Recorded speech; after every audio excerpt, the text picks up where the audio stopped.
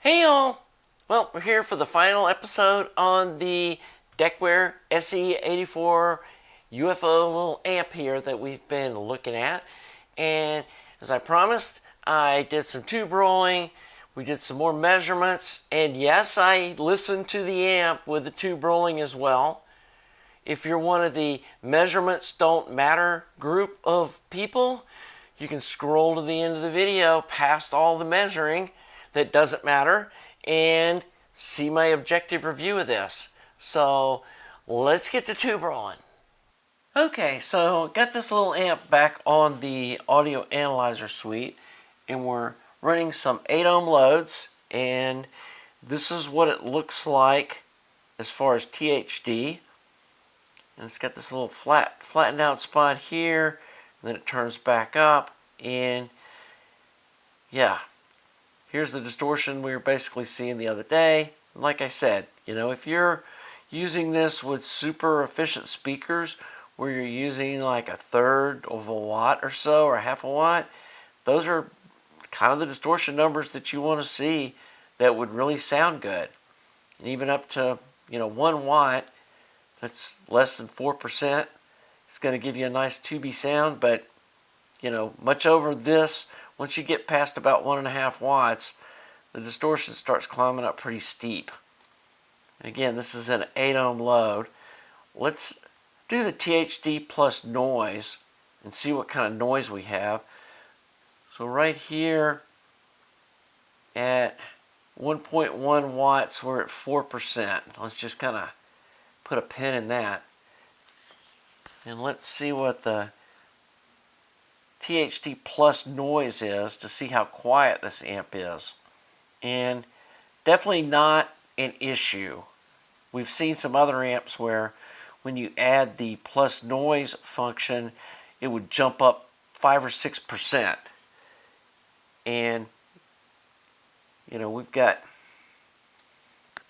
less than 1% noise, which isn't even going to be audible. And so, especially down in these lower ranges, the change wasn't enough. And again, this range in here is where this amp is really designed to operate with those 100 dB plus speakers. So here's our frequency response. And again, this is like, if you look at the left number up here, it's basically 0 right along in this range here. So when you get on the extremes down here at 20 hertz, we're 3/4 of a dB roll off, which is nothing.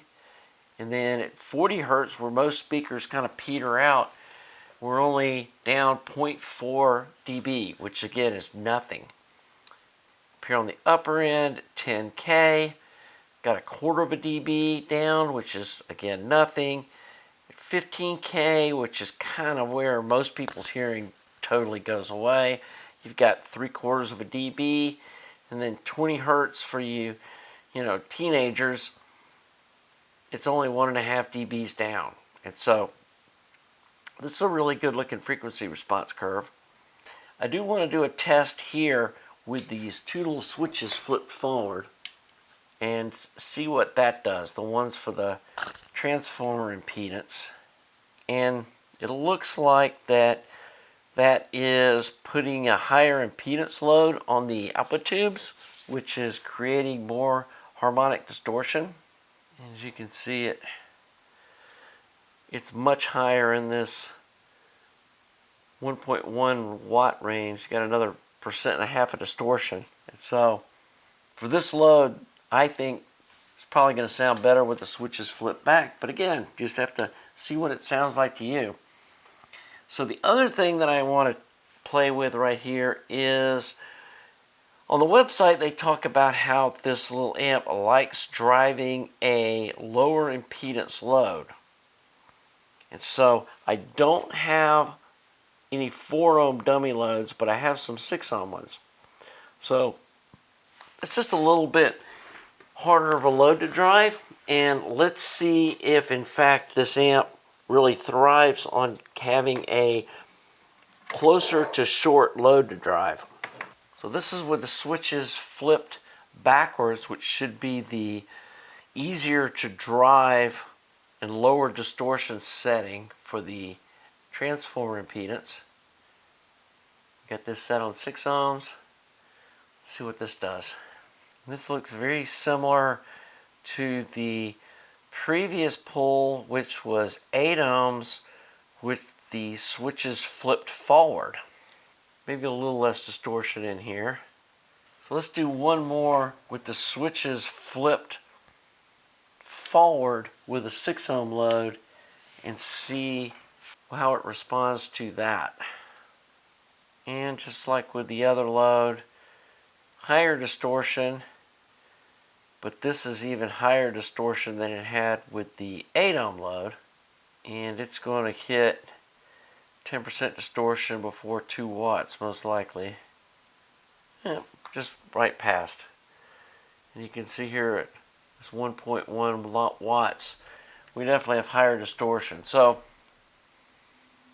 yeah, they're claiming that it likes a lower impedance load, but honestly that kind of goes against the laws of physics, that an amplifier would be immune to the output impedance, especially with a tube amplifier. I can see it with a solid state one, but with a tube amp, the output transformer is just reflecting the impedance on the speaker jacks to the tube, and when you lower the impedance that the tube's having to drive with the plate, it normally creates more distortion. And so that's what we're seeing here. So this is going back to the 8 ohm load with the switches flipped back, which gives the cleanest output. I want to just set this up as a baseline to do some tube rolling. First, I want to drop in a 6DJ8 on the input and see if that changes this distortion profile, and also see if it does anything to this frequency response curve. So I'm going to power the amp down, swap out those tubes, and then see what that does. Give it a couple of minutes to warm up.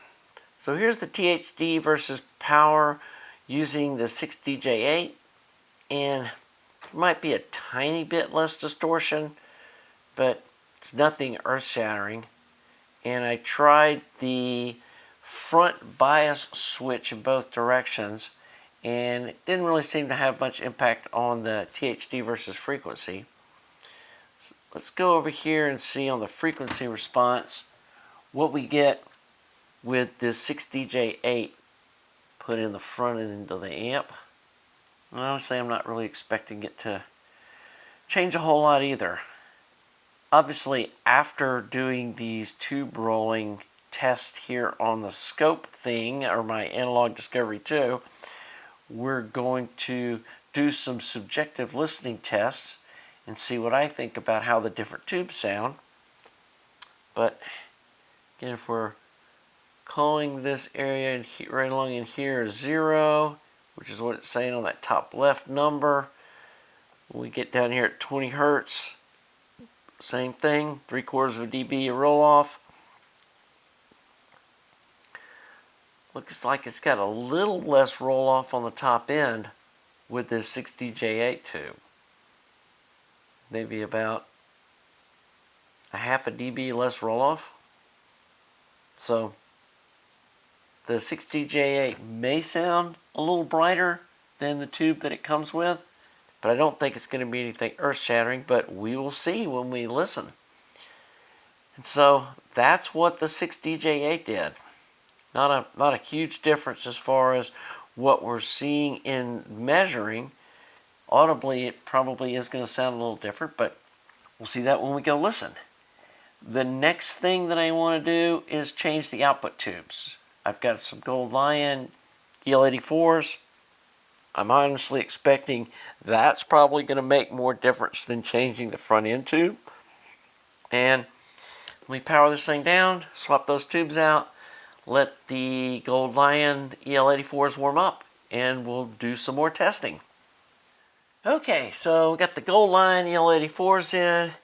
If anything's going to make a difference as far as tube rolling and this amp, it should be this pair of tubes.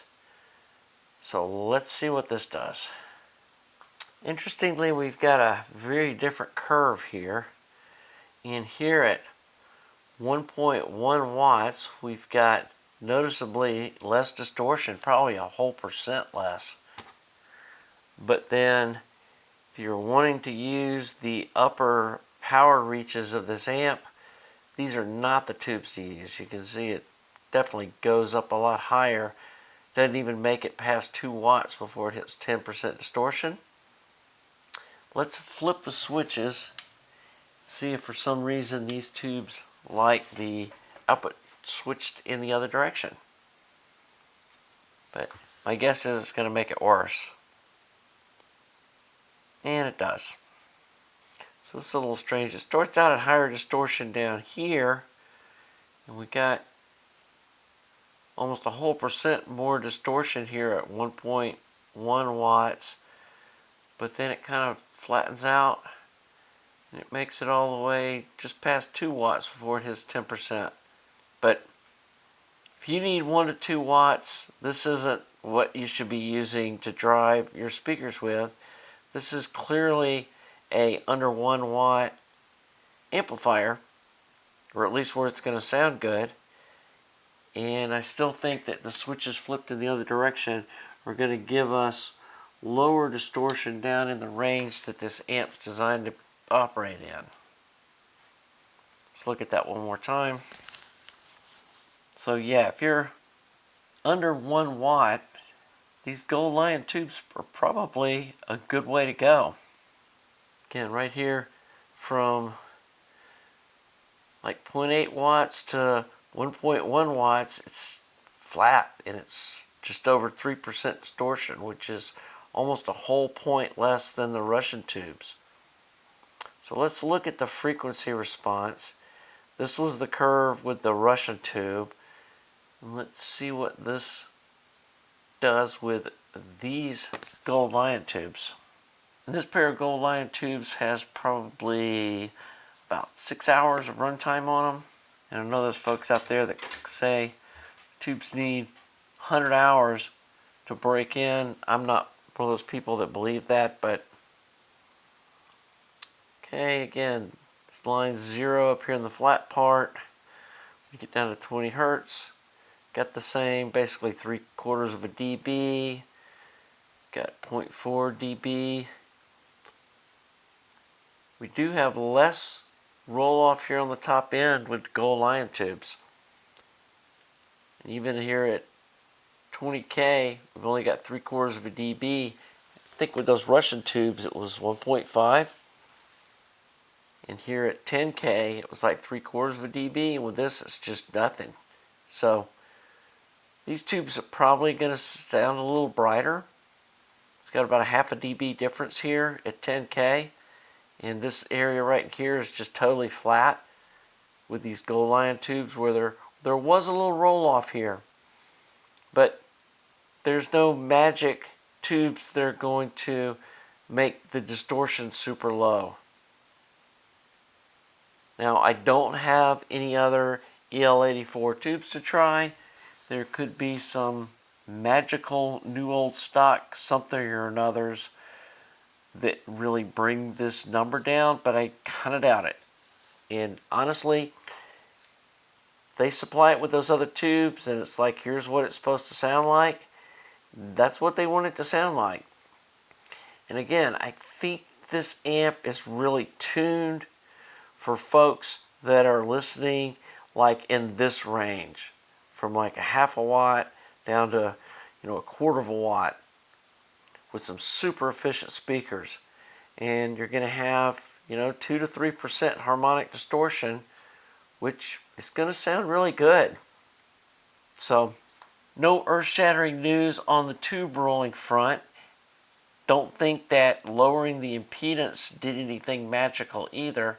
I'm going to go hook this thing up to my system and listen to it with the different tubes and see if I hear anything that I like in the change, and we'll wrap up this video here.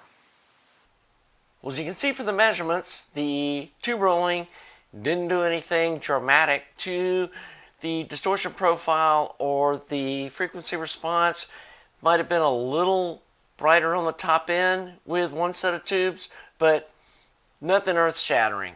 So let's talk about the subjective listening tests. And I do think that this little Russian driver tube sounded better than the JJ6DJ8. Now obviously I don't have a box full of 6DJ8 tubes to try. Some new old stock ones might be even better. Honestly, I haven't sat down and looked at the curve charts and all the specs on both the sets of tubes. Just wasn't that interested in it. And it could be that these just suit this little amp better. I think it does sound better too with the switch flipped where it has lower input sensitivity. It seems a little pushed when you switch it to the hotter input, even with the input volume turned down. And so yeah, I think it sounds better that way. On the output tubes, I like these Gold Lion EL84s better than these Soviet tubes. They sound cleaner. They've got a little more top end, kind of, maybe brightness isn't the word, but just sparkle. And they seem cleaner on the top end. The track that I listened to has got this little kind of whoosh sound that goes from one channel to the other. And there was definitely more detail in the higher end kind of sparkly pixie dust kind of sound with these Gold Lion tubes. And again, don't have a pile of different EL84 tubes. There may be some magic golden, Mullards or something that are, the real top shelf stuff, but I do think that these little Russian tubes on the output are leaving something off the table. So definitely worth playing with that. And again, there may be some input tubes that really shine in this amp, but this little Russian tube sounded better than the one option that I had in my pile of tubes here that would just plug into the amp. So I think this is a good point to dive into my subjective feelings about this little amp. In the comments on my other videos, there were several fanboys of this amp saying, oh, RP600M speakers are horrible to connect to this little amp. That's why you don't like it. You're using the wrong speakers. Well, I went and watched the video from the reviewer that gave this his component of the year, and it's featured on the Decware website, and he recommends RP600M speakers as being a great match for this little amp. So he thought it sounded fantastic with those speakers, and now you guys are telling me that they sound horrible with those speakers. And so, what am I supposed to believe? And I'm not going to go out and buy a pair of Forte speakers to listen to this $1,200 amplifier. So, again, my thoughts on this little amp. If you've got some super efficient speakers, if that's what you happen to have, and you've got the space for those types of speakers to work in your room, and you're only using maybe 1 watt or less of power out of this little amp, I could see where it would sound nice. I don't think it's going to be like the best option in that range, but it's going to sound good. If you push it over 1 watt, I definitely start hearing more distortion and more just tubiness, that syrupy kind of smearing of stuff that I just don't like the sound of. Maybe some of you guys love that sound, and I'm not saying that I'm right and you're wrong. I'm just giving you my opinion. It's just not a real spunky, clean sounding amp. And I guess another really good use for something like this would be if you got like an office system and you're looking for some background music that sounds really nice at low volume levels. This would probably deliver. And it's going to be super reliable.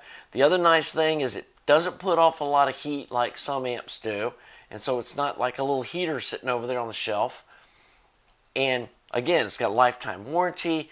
Tubes last a long time. It'd be perfect for something like that. But I would never recommend this to be your main amplifier, at least for my taste. And again, I'm not saying this is a bad amp. I'm not saying that other people might not love it. But I'm not going to make excuses for me having an opinion. You've got yours. I've got mine. I just don't see it. I don't see what people are jumping up and down about. And it was the same thing with that Pass ACA amp. I mean, it didn't sound bad, but I don't understand the cult status of those kinds of products. And there seems to be the same kind of people that are rabidly defending that Pass ACA amp or defending this one. And I'm not sure if it has something to do with the person that's designing it more so than the product, or what exactly is going on, whether these other reviews have skewed people's opinions of like, oh my God, so-and-so and so-and-so said it's the, the component of the year. I don't know. And I'm not going to get into some online, battle back and forth between other reviewers about why they like it. Hey, they like it. Great. I don't. Respect that. And I'm not telling people don't go buy it. Just make sure you understand your use case before you plop down. 2 years ago it was $1,000. Now it's $1,200. It's starting to push into the price point of things that I feel are a better value and they're more usable in a wider range of situations. So I think that's enough said about this little guy. I'm ready to send it back to the owner. Hope you've enjoyed this content. Hope you enjoyed my video. If you do, please subscribe. Thanks to all you Patreon folks. Thanks folks who make donations to the site. We're going to move on to another project. Thanks again to the guy who sent me this little amp to review. And look forward to the next video. Until then, have a nice day.